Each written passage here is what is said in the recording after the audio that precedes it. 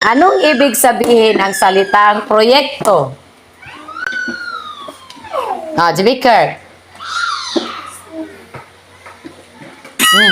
Mo isa ra tagkamot dayon wala daytoy answer.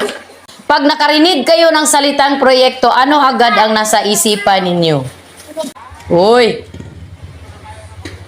Gising. Gumawa na ako kanina ng pangungusap gamit ang salitang proyekto. Wala?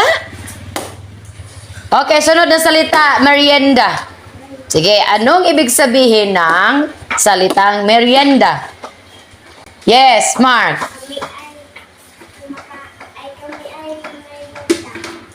Ano nga ibig sabihin ng merienda? Ito ay pagkain na ating kinakain. Merienda. Sunod, kalalakihan. Ano ibig sabihin ng salitang kalalakihan? Jibikar ulit. Ano ang naintindihan mo pag nakarinig ka ng salitang kalalakihan? Ito ay tumutukoy sa mga lalaki. Okay, sunod, makikilahok. Ano ibig sabihin ng salitang makikilahok? Wala pa rin. Ha?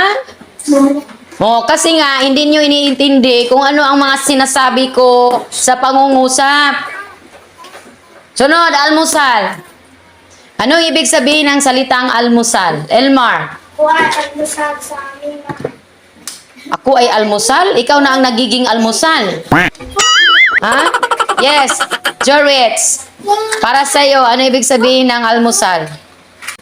Ang ibig sabihin ng almusal, ito ay tumutukoy sa tuwing tayo ay kumakain ng agahan.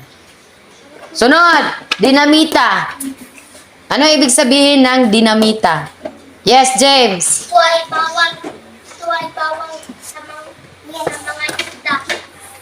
Ito ay bawal gamitin sa panguhuli ng isda. Kita mo?